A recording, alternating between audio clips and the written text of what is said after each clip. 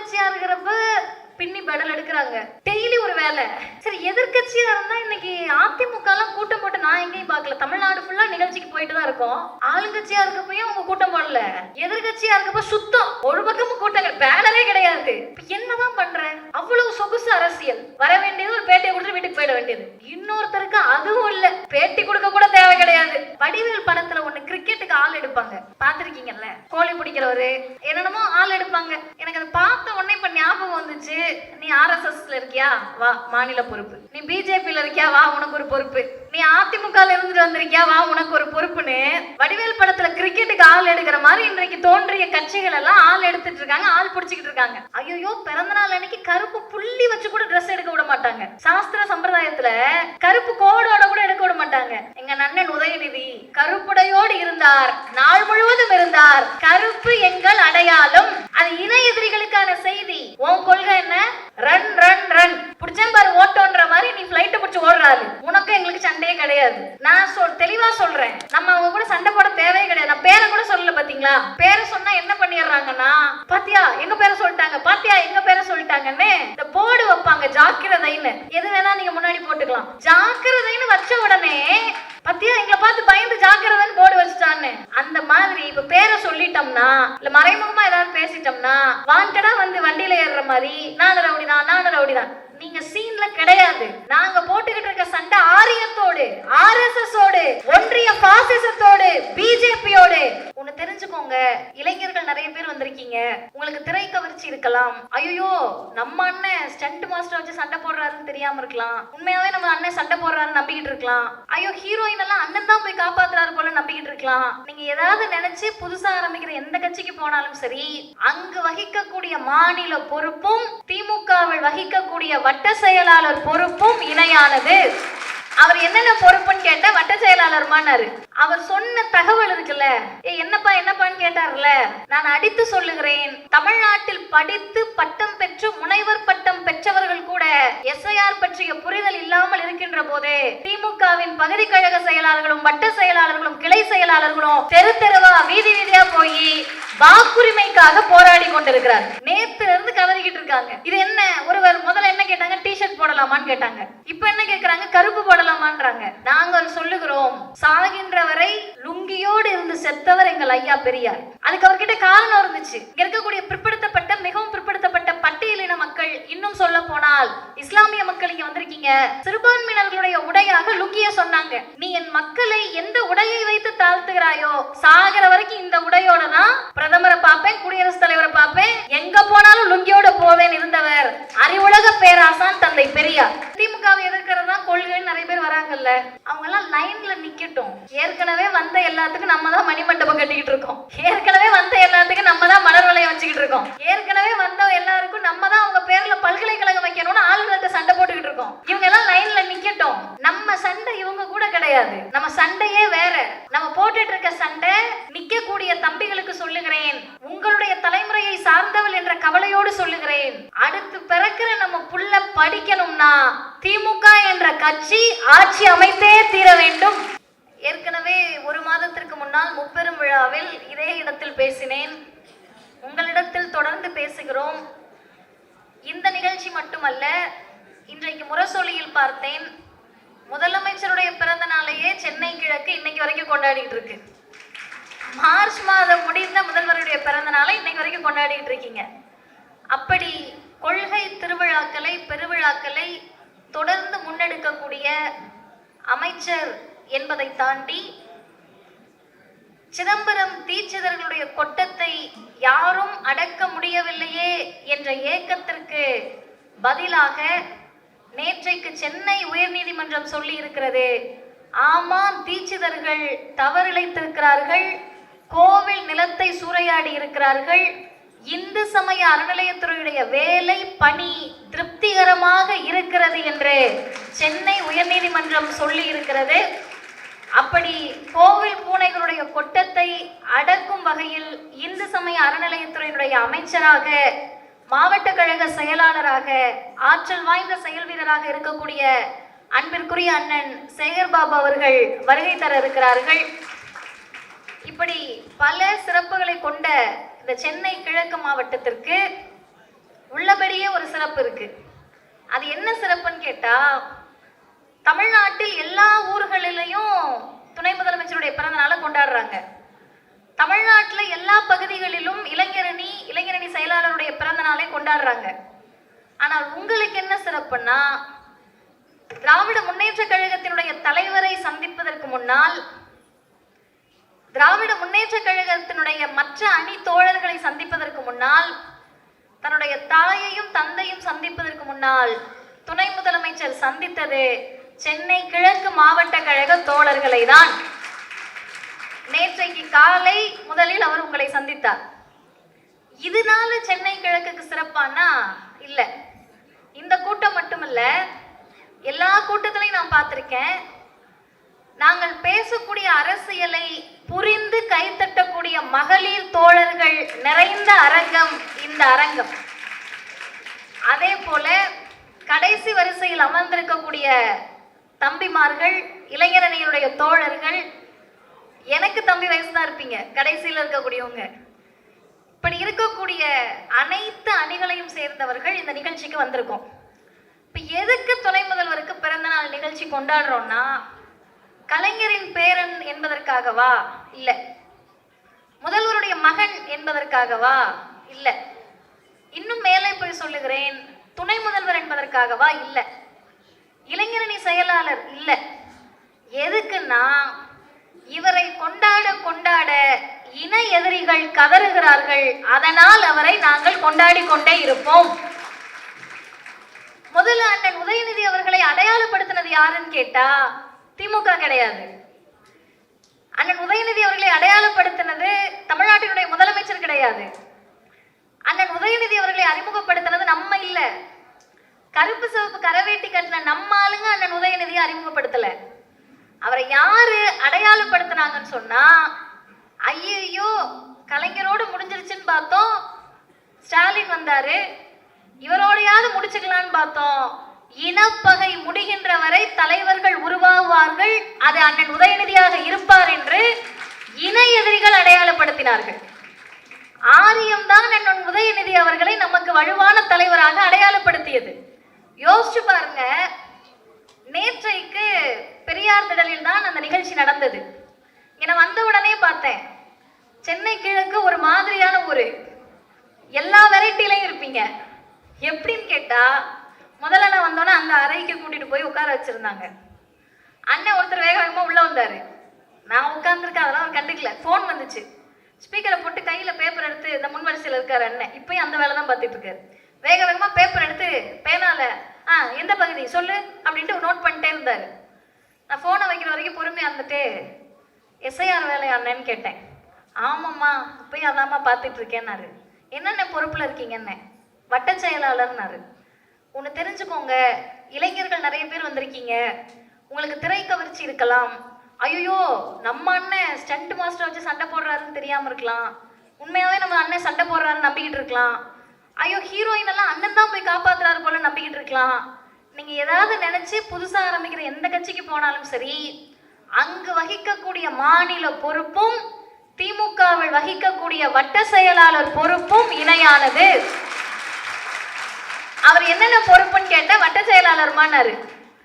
அவர் சொன்ன தகவல் இருக்குல்ல, என்னப்பான்னு கேட்டார்ல, நான் அடித்து சொல்லுகிறேன், தமிழ்நாட்டில் படித்து பட்டம் பெற்று முனைவர் பட்டம் பெற்றவர்கள் கூட எஸ்ஐஆர் பற்றிய புரிதல் இல்லாமல் இருக்கின்ற போதே திமுகவின் பகுதி கழக செயலாளர்களும் வட்ட செயலாளர்களும் கிளை செயலாளர்களும் தெரு தெருவா வீதி வீதியா போய் வாக்குரிமைக்காக போராடி கொண்டிருக்கிறார்.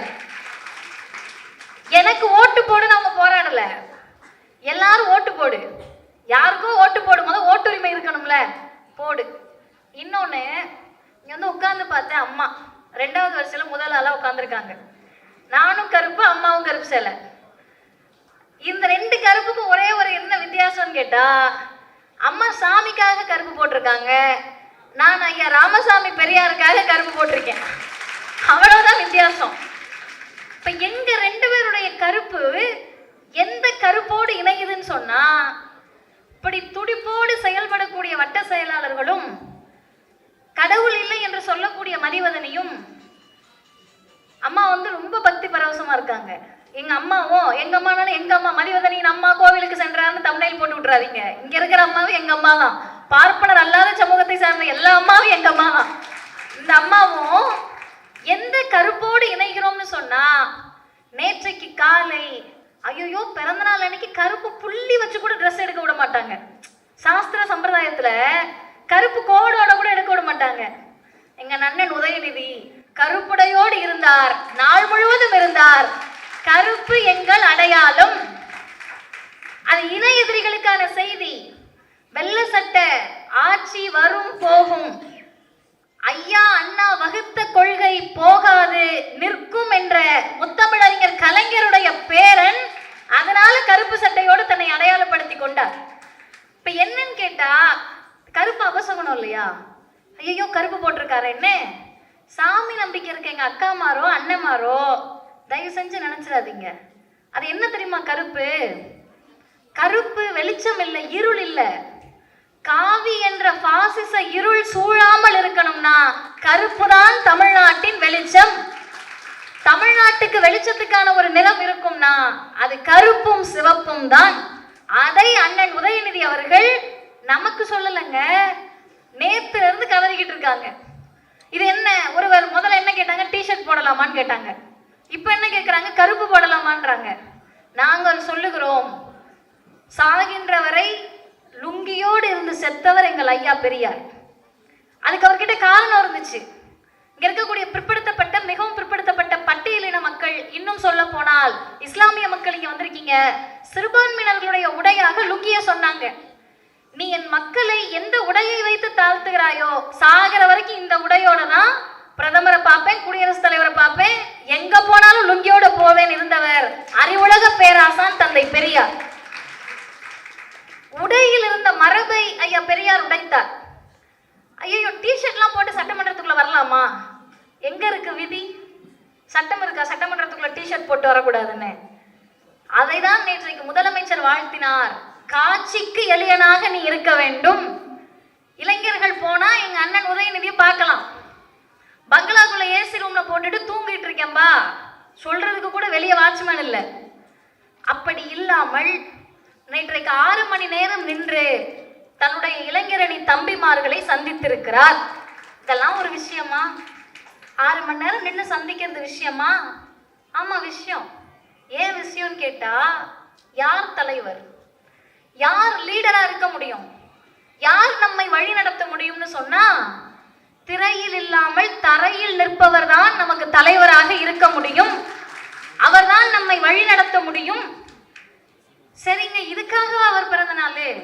அதுவும் கிடையாது. இதை விட முக்கியமான ஒரு விஷயம் இருக்கு. இன்னைக்கு இந்த வடிவேல் படத்துல ஒண்ணு கிரிக்கெட்டுக்கு ஆள் எடுப்பாங்க, பார்த்துருக்கீங்கல்ல? கோழி பிடிக்கிறவரு என்னென்னமோ ஆள் எடுப்பாங்க. எனக்கு அதை பார்த்த உடனே இப்ப ஞாபகம் வந்துச்சு, நீ RSSல இருக்கியா, வா மாநில பொறுப்பு. நீ BJPல இருக்கியா, வா உனக்கு ஒரு பொறுப்பு. நீ அதிமுகல இருந்துட்டு வந்திருக்கியா, வா உனக்கு ஒரு பொறுப்புன்னு வடிவேல் படத்துல கிரிக்கெட்டுக்கு ஆள் எடுக்கிற மாதிரி இன்றைக்கு தோன்றிய கட்சிகள் எல்லாம் ஆள் எடுத்துட்டு இருக்காங்க, ஆள் பிடிச்சிக்கிட்டு இருக்காங்க. இவர்களை நாம் ஏன் எதிர்க்கிறோம்? பழசா இருந்தாலும் புதுசா இருந்தாலும் ஏன் எதிர்க்கிறோம்னு கேட்டா, அருமை சகோதரிகளே சகோதரர்களே, குறிப்பாக மாணவர்களே, வந்திருக்கக்கூடிய இளைஞர்களே, தமிழ்நாட்டில தான் நம்ம இவங்க எல்லாத்தையும் காமெடி சேனல் மாதிரி பார்த்துக்கிட்டு இருக்கோம். தமிழ்நாட்டில தான் நம்ம இவங்க எல்லாத்தையும் கார்ட்டூன் சேனல் மாதிரி பார்த்துக்கிட்டு இருக்கோம்.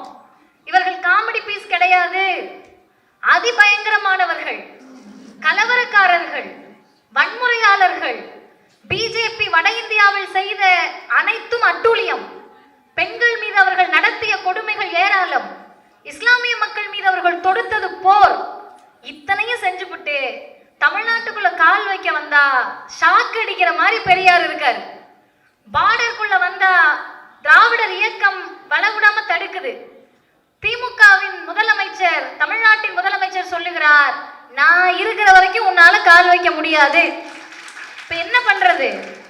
ஆள் பிடிச்சி, வடிவேல் ஆள் பிடிக்கிற மாதிரி ஆள் பிடிச்சுதான் ஆட்சி அமைக்க முடியும். இது தெரிந்தும் தன்னை காப்பாற்றிக் கொள்வதற்காக அதிமுகவில் எடப்பாடி பழனிசாமி அவர்கள் கட்சி அடமான வைக்க தயாராயிட்டாரு. நீங்க என்ன சொன்னாலும் கேட்கிறேன்னு சொல்லி புதிய கட்சிகள் அடிமை சாசனம் எழுதி கொடுத்துட்டாங்க.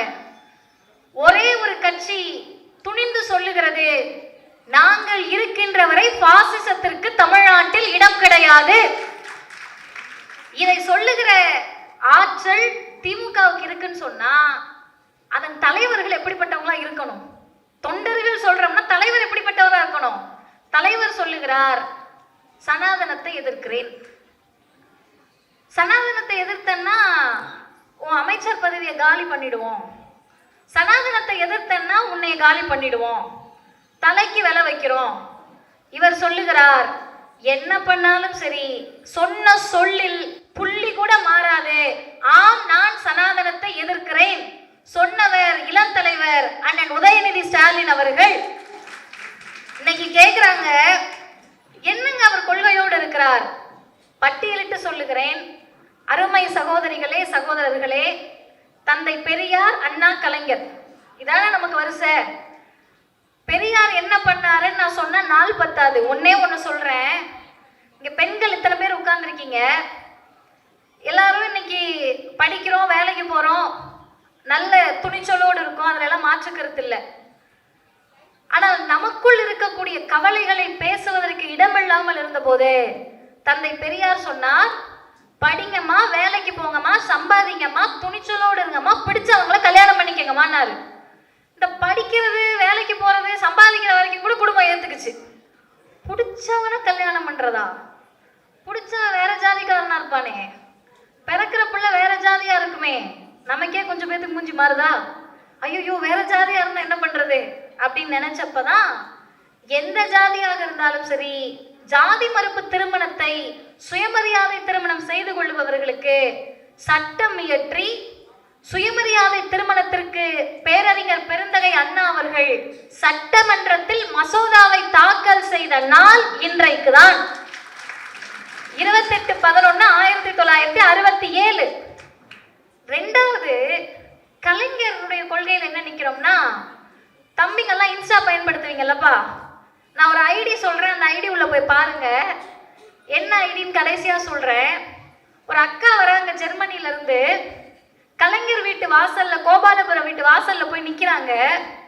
நின்னுட்டு வீடியோ காட்டுறாங்க, இங்க பாருங்க அப்படின்னு சுத்தி முத்தி காட்டிட்டு, எங்க தாத்தா கலைஞர் ஐயா வீட்டுக்கு வந்திருக்கேன்றாங்க அந்த அக்கா. இவங்க ஏதாவது சொந்தக்காரங்களானா இல்ல. ஏன் தாத்தான்னு சொல்றாங்கன்னா, அருமை தம்பிகளே, யார் நமக்கு தாத்தாவா இருக்க முடியும், யார் நமக்கு அண்ணனா இருக்க முடியும்னு புரிஞ்சுக்கங்க.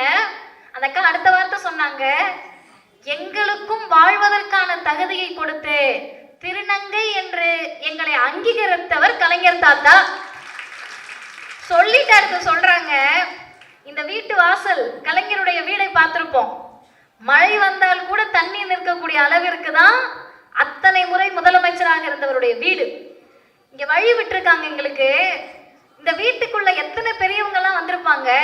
இன்னைக்கு என்னை போல சிறியவளும் இந்த வீட்டுக்குள்ள வரேன், இங்க பாருங்கன்னு கேமராவை தூக்கி காட்டுறாங்க. 2 தென்னை மரம் இருக்கா, இந்த மரத்தை கூட கலைஞர் வெட்டல. இதை எப்படி வாழ வைக்கிறாரோ அதே போல் நம்ம எல்லாம் வாழ வைத்தவர் கலைஞர் தாத்தா அப்படின்னு அந்த அக்கா சொல்றாங்க. யாருங்க இவங்க சொந்தம் கொண்டாடுறாங்களேன்னா, ஜாதியால் மதத்தால் கலைஞர் இவருக்கு தாத்தா முறை இல்லை. எதனால் கலைஞர் தாத்தா முறைன்னு கேட்டா, திருநங்கைகளுக்கு நலவாரியத்தை முதலாக இந்தியாவில் தொடங்கிய தலைவர் முத்தமிழறிஞர் டாக்டர் கலைஞர் அவர்கள்.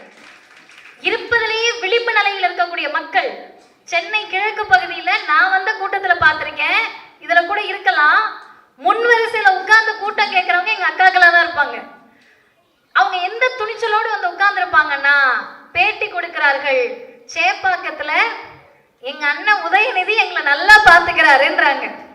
அந்த திருநங்கை அக்காமார்கள், திருநம்பிகளாக இருக்கக்கூடிய அண்ணன்மார்கள், மாற்றுத்திறனாளி சகோதரர்கள், பெண்கள், சிறுபான்மையினர், பிற்படுத்தப்பட்ட மிகவும் பிற்படுத்த பட்டியலின பழங்குடியின மக்கள் என்று அனைவருக்குமான ஆட்சியை நான் தருகிறேன் என்று சொல்லக்கூடிய முத்துவேல் கருணாநிதி ஸ்டாலின் என்ற முதலமைச்சர். இது எல்லாம் நீங்க லைன் பண்ணி பார்த்தீங்கன்னா ஆரியத்திற்கு எதிரானது, பார்ப்பனியத்திற்கு எதிரானது. இவங்களோடு சண்டையை முடிச்சுக்கலான்னு பார்த்தப்ப இவங்களே தேவலை. அவங்க அப்பாவாத அமைதியா தான் அடிப்பாரு, சத்தம் இல்லாம ஊமை குத்தாதான் குத்துவாரு. இந்த பையன் அப்படி கிடையாது, ஸ்ட்ரைட் ஃபார்வர்டா அடிக்கிறாரு, அறிவு திருவிழா நடத்துறாரு. ஐயோ அறிவு பத்தி பேசுறியான்னு அறிவு இல்லாம கோவம் வந்துருது. வள்ளுவர் கோட்டத்துல நடத்துறாரு, இன்னும் அழுக வந்துருது. வள்ளுவர் கோட்டத்துல சொல்றாரு, இந்த இடத்துல ராசி இல்லைன்னு சொல்றீங்க, அதனாலதான் இந்த இடத்துல நடத்துறேன்றாரு. இது எல்லாம் ஆரிய பார்ப்பனியத்தை எரிச்சல் அடைய செய்கிறது, கடுப்பாக்குது. கதற அந்த கதறலுக்கு நேர் எதிரான கொள்கையை கொண்டது திராவிடம் என்ற மனிதத்தை பேசக்கூடிய சித்தாந்தம், கொள்கை. அதை அண்ணன் உதயநிதி ஸ்டாலின் அவர்கள் தூக்கி பிடிக்கிறார். இறுதியாக ஒரே ஒரு செய்தியை சொல்லி நான் நிறைவு செய்கிறேன். நடக்கிற சண்டை போர், பெரிய சண்டை. இதுல திமுகவை எதிர்க்கிறது தான் கொள்கைன்னு நிறைய பேர் வராங்கல்ல, அவங்க எல்லாம் லைன்ல நிக்கட்டும்.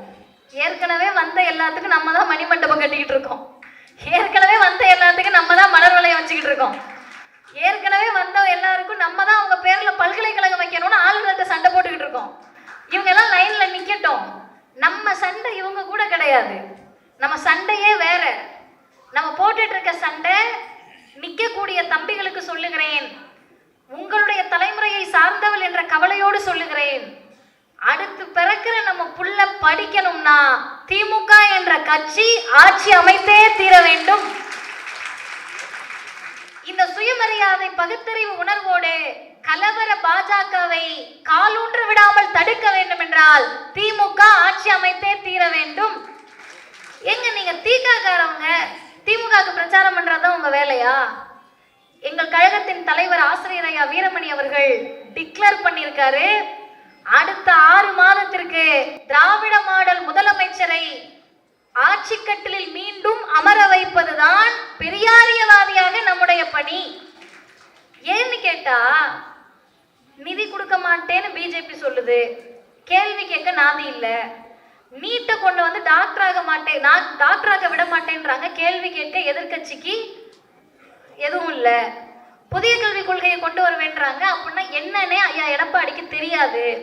எஸ்ஐஆர் சார் சார் சார்ன்னு ராத்திரி தூங்கினா கூட சாரை பத்தியே பேசி பேசி எஸ்ஐஆர்னா ஒரு பக்கத்து வீட்டுக்காரோ எந்த வீட்டுக்காரோன்னு நினைச்சுக்கிட்டு இருக்காங்க. எந்த பிரச்சனையும் இல்லாம சொகுசா அரசியல் பண்ணணும்னா அதிமுகவில் தான் பண்ண முடியும். ஆனா உங்க நிலைமையை நினைச்சா எனக்கு கொஞ்சம் கஷ்டமா தான் இருக்கு. ஆளுங்கட்சியா இருந்தா நிறைய வேலை, எதிர்கட்சியா இருந்தா ரொம்ப நிறைய வேலைன்னு வேலை பார்த்து கொண்டே இருக்கக்கூடியவர்களாக திராவிட முன்னேற்ற கழகத்தை சார்ந்தவர்கள் இருக்கிறார்கள்.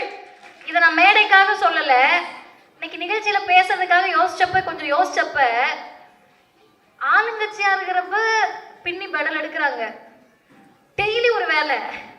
சரி, எதிர்கட்சியா இருந்தா இன்னைக்கு அதிமுக எல்லாம் கூட்டம் போட்டு நான் எங்கேயும் பார்க்கல, தமிழ்நாடு ஃபுல்லா நிகழ்ச்சிக்கு போயிட்டு தான் இருக்கோம். ஆளுங்கட்சியா இருக்கப்பையும் அவங்க கூட்டம் போடல, எதிர்கட்சியா இருக்கப்ப சுத்தம் ஒரு பக்கமும் கூட்டங்கள், பேனரே கிடையாது. இப்ப என்னதான் பண்ற? அவ்வளவு சொகுசு அரசியல். வர வேண்டியது ஒரு பேட்டியை கொடுத்து வீட்டுக்கு போயிட வேண்டியது, இன்னொருத்தருக்கு அதுவும் இல்லை, பேட்டி கொடுக்க கூட தேவை கிடையாது. அப்படி இருக்கப்ப நேற்றைக்கு முதல் நாள் அண்ணன் உதயநிதி சொன்ன அந்த செய்தியோடு நிறைவு செய்கிறேன். நல்லா கேட்டுக்கங்க, ஆழமா கேட்டுக்கங்க. அவர் பேசுகிறார், சவுத் ரைசிங் சம்மிட் அப்படின்ற ஒரு நிகழ்ச்சியில, as long as the attempts to centralization continues, as long as the rights, state rights are denied, as long as the state autonomy is denied, இதெல்லாம் என்ன தமிழ் அர்த்தம்னா, எப்போது வரை இவர்கள் மையப்படுத்தக்கூடிய அந்த வேலையை எல்லாவற்றையும் ஒன்றிய அரசு குவிக்கக்கூடிய அதிகார குவியலை செய்துகிறதோ, எதுவரை மாநில அரசினுடைய உரிமை பறிபோகிறதோ அது வரைக்கும் என்னங்க பண்ணுவீங்கன்னு கேட்டா, நல்லா கேட்டுக்கங்க. அண்ணன் உதயநிதி சொல்லுகிறார், DMK and our leader will stand, speak and fight at the forefront. உங்களிடத்தில் தான் நாங்கள் இதை பேச முடியும், அனைத்தையும் புரிந்து வைத்த இந்த தோழர்கள்ட்ட தான் நாங்கள் சொல்ல முடியும். அண்ணன் உதயநிதி சொல்லுகிறார், இதையெல்லாம் நீ செய்கின்ற வரை பிஜேபி எதிர்த்து, ஒன்றிய அரசை எதிர்த்து, பாசிசத்தை எதிர்த்து, ஆர்எஸ்எஸ் எதிர்த்து எழுவோம், பேசுவோம், சண்டை போடுவோம், முன்வரிசையில நின்று. அதுக்கு அடுத்து அவர் சொன்னதுதான் முக்கியம். அவர் voice is not just for Tamil Nadu but for the entire India. தமிழ்நாட்டுக்காக மட்டும் திமுக காரவங்க கத்தல, திராவிடர் இயக்கம் சண்டை போடல, ஒட்டுமொத்த இந்தியாவினுடைய கூட்டாட்சிக்காக உறக்க பேசிக் கொண்டிருக்கிறோம், போர் புரிந்து கொண்டிருக்கிறோம். அந்த போரில் முன்வரிசையில் நிற்கிறார். Stand, speak, fight. உன் கொள்கை என்ன? Run run run. பிடிச்சேன் பாரு ஓட்டோன்ற மாதிரி நீ ஃப்ளைட்டை பிடிச்சி ஓடுறாரு. உனக்கும் எங்களுக்கு சண்டையே கிடையாது. நான் தெளிவா சொல்றேன், நம்ம அவங்க கூட சண்டை போட தேவையே கிடையாது. நான் பேரை கூட சொல்லல, பாத்தீங்களா? பேரை சொன்னா என்ன பண்ணிடுறாங்கன்னா, பாத்தியா எங்க பேரை சொல்லிட்டாங்க, பாத்தியா எங்க பேரை சொல்லிட்டாங்கன்னு இந்த போர்டு வைப்பாங்க, ஜாக்கிரதைன்னு. எது வேணா நீங்க முன்னாடி போட்டுக்கலாம். ஜாக்கிரதைன்னு வச்ச உடனே பாத்தியா எங்களை பார்த்து பயந்து ஜாக்கிரதைன்னு போர்டு வச்சுட்டான்னு. அந்த மாதிரி இப்ப பேரை சொல்லிட்டோம்னா, இல்ல மறைமுகமா ஏதாவது பேசிட்டோம்னா, வாண்டடா வந்து வண்டியில ஏறுற மாதிரி நான் ரவுடிதான் நான் ரவுடிதான். நீங்க சீன்ல கிடையாது. நாங்க போட்டுக்கிட்டு இருக்க சண்டை ஆரியத்தோடு, ஆர்எஸ்எஸோடு, ஒன்றிய பாசிசத்தோடு, பிஜேபியோடு. அதை எதிர்த்து இருக்கக்கூடிய ஆற்றல், துணிச்சல் இன்னும் நூற்றாண்டுக்கு இந்த கருத்தியலை, தந்தை பெரியாரை, சுயமரியாதையை, பகுத்தறிவை, பேரறிஞர் பெருந்தகை அண்ணாவின் மாநில சுயாட்சியை, முத்தமிழறிஞர் கலைஞருடைய மொழி உரிமையை தூக்கி பிடிக்கக்கூடிய ஆற்றல் தமிழ்நாட்டின் துணை முதலமைச்சர் அன்பிற்குரிய அண்ணன் உதயநிதி ஸ்டாலின் அவர்களுக்கு இருக்கிறது.